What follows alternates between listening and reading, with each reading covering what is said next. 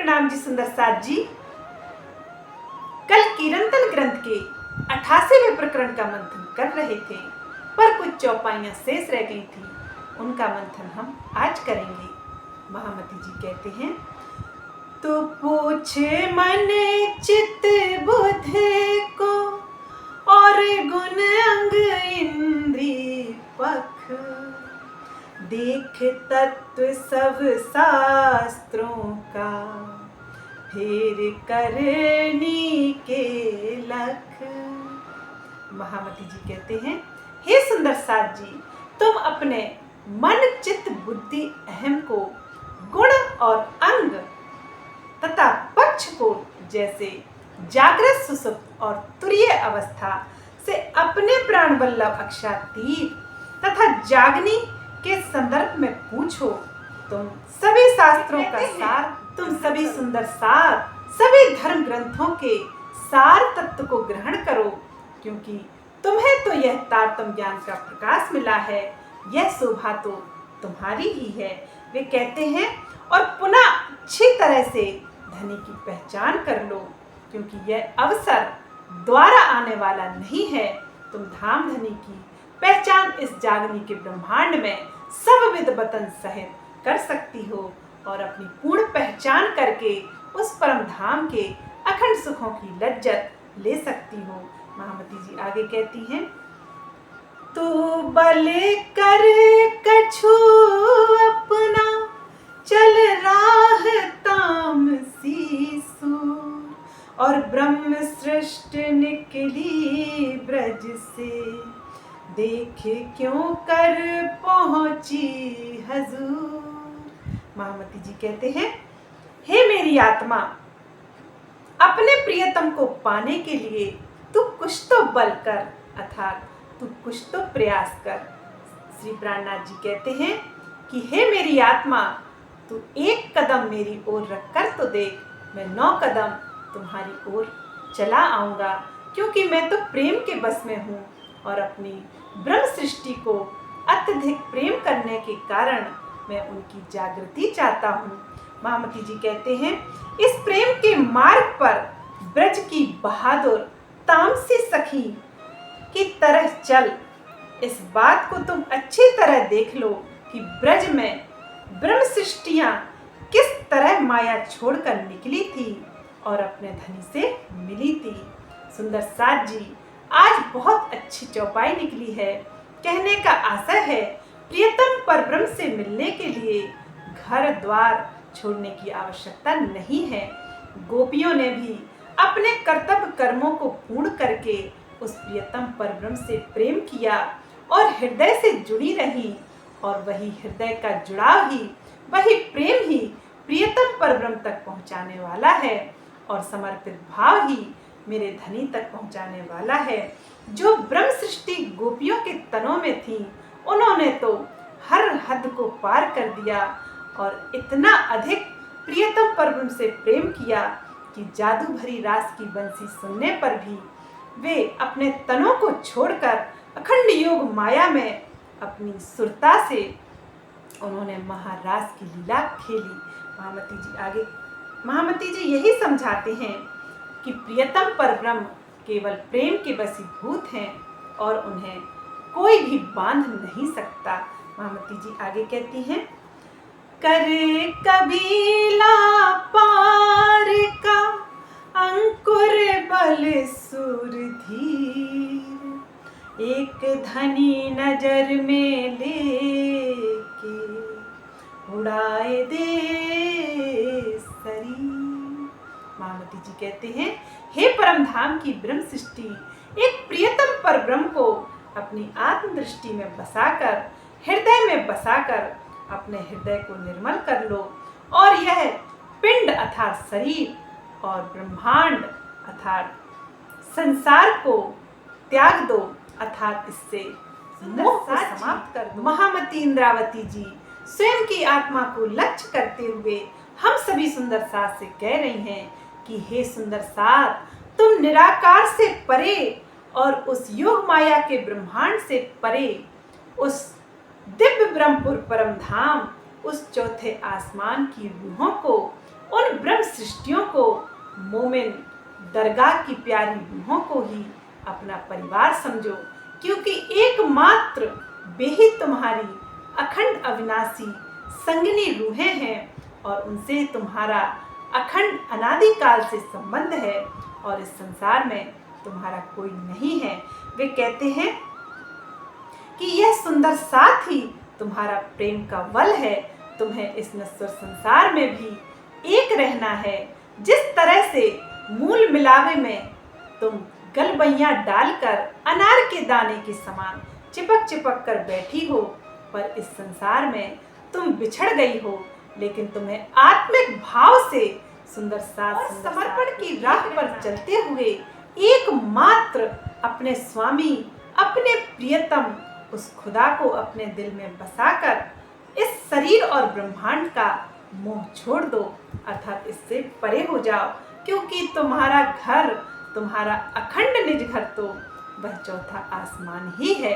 महामती जी आगे कहती हैं, ऊंचनी के अपने धनी को भी नीके देख तारतम और नीके देख पुरमान को भी पूछे नीक। महामती जी कहते हैं, हे मेरी आत्मा, तू श्रीमुख वाणी का गहराई से चिंतन कर और उस प्रियतम परब्रह्म की पूर्ण पहचान कर और संशय रहित हो जा। वे कहते हैं, हे मेरी आत्मा, तुम कुरान और श्रीमद् भागवत के गहन रहस्यों की भी पहचान कर, क्योंकि तुझे तारतम्य ज्ञान प्राप्त हुआ है। और अपनी आत्मा से पूछो, अपनी आत्मा की परीक्षा लो कि तुम कितनी संशय रहित हो गई है और अपनी जागनी तूने कितनी की है। इस संदर्भ में ही इस चौपाई का अर्थ आगे कहती हैं, भी पूछ संगी तू अपने जो हुए पिंड थे दूर, कई साखें अंजुले खड़ी देख रोशन अपनों नूर। महामती जी कहते हैं, तुम परम धाम के अपने उन साथियों से भी पूछो कि तुमने प्रियतम के प्रेम में पिंड अर्थात ब्रह्मांड के मोह को छोड़ा है या नहीं। वे कहते हैं, धर्म ग्रंथों की साक्षियों को पाकर भी हे मेरी आत्मा, हे मेरे लाडले सुंदर साथ, इस मोह से क्यों बंधे हुए हो। वे कहते हैं, इस संसार में क्यों फंसी पड़ी हो। तुम जरा अपने मूल तन के नूरी प्रकाश को तो देखो। उस दिव्य अखंड धाम में कहती है, हे सुंदर साथ जी, तुम्हारा उस अखंड दिव्य ब्रह्मपुर परम धाम में, उस चौथे आसमान में नूरी स्वरूप है। परात्म का स्वरूप तुम्हारा प्रियतम परब्रह्म के श्री चरणों में बैठा है और वहीं से तुम सुरता रूप में इस संसार की लीलाएं देख रही हो। लेकिन तुम धर्म पुराणों की साक्षियों के रहस्य को पाकर भी इस संसार में क्यों फंसी हो, अर्थात तुम परम धाम में जागृत हो जाओ। इसी में हम सभी ब्रह्म सृष्टियों का कल्याण है। महामती जी आगे कहती हैं, इति साखे लेके कहा लगत झूठे अंग, और अंजू ना लगे तो को धाम को साचो सन। महामती जी ने स्वयं की आत्मा को संबोधित करते हुए हम सभी सुंदर साथ को सिखापन दी है। वे कह रही हैं, हे मेरे लाडले सुंदर साथ, हे मेरी संगी रूहों, धर्म ग्रंथों, पुराणों, हदीसों की इतनी साक्षियां ले लेने के बाद भी तुम्हारा यह मोह शरीर से छूटता नहीं, संसार से छूटता नहीं। क्या तुमने अखंड दिव्य ब्रह्मपुर परम धाम और अपने अखंड स्वामी से अपने निश्वत की पहचान नहीं की? यदि की होती तो तुम्हारा यह मोह तो एक क्षण में ही टूट जाता। वे कहती हैं कि सभी धर्म ग्रंथों में हमारी और हमारे प्रियतम की साक्षियां हैं। इससे दृढ़ हो जाओ और प्रियतम परब्रह्म पर पूर्ण समर्पित हो जाओ, क्योंकि वह ही मालिके जहां है और वह ही आत्माओं का प्राणनाथ है। महामती जी आगे कहते हैं, शास्त्र संगी सब यूं कहे, विचार देख महामत। अरे जैसी होए हृदय में तैसी पाई। अपनी आत्मा को संबोधित करती हुए कहती हैं कि हे सुंदर साथ, तुम इस बात पर अच्छी तरह से विचार कर लो कि सभी धर्म ग्रंथ, शास्त्र और परम धाम के सभी साथी यही बात कहते हैं कि जिसका जैसा हृदय होता है, जिसकी जैसी भावना होती है, उसको वैसा ही फल प्राप्त होता है। महामती जी आगे कहते हैं, महामते कहें पीछे ना देखिए, नहीं किसी की परवाह, एक धाम हृदय में लेके उड़ाए दीजिए अरवाह, उड़ाए दीजिए अरवाह। महामती जी कहती हैं, हे परम धाम के सुंदर साथ, तुम इस जागनी कार्य से पीछे मत हटना, अपनी दृष्टि को पीछे मत हटाना, तुम किसी की परवाह नहीं करना और एकमात्र परम धाम को अपने दिल में बसा लेना और उस प्रियतम परब्रह्म की छवि को धाम हृदय में बसाकर आत्मदृष्टि से उसे पल पल देखना, क्योंकि इस संसार से ना मुसीबत कम हुई है ना कभी होंगी। यह नज़र तुम्हें माया में फंसाने के लिए नहीं मिली है, यह आत्मदृष्टि, यह इल्मे लदुन्नी, यह तारतम ज्ञान का प्रकाश तुम्हें धाम में प्रकाश देने के लिए मिला है, क्योंकि तुम परम धाम के रहने वाले सभी सुंदर साथ हो।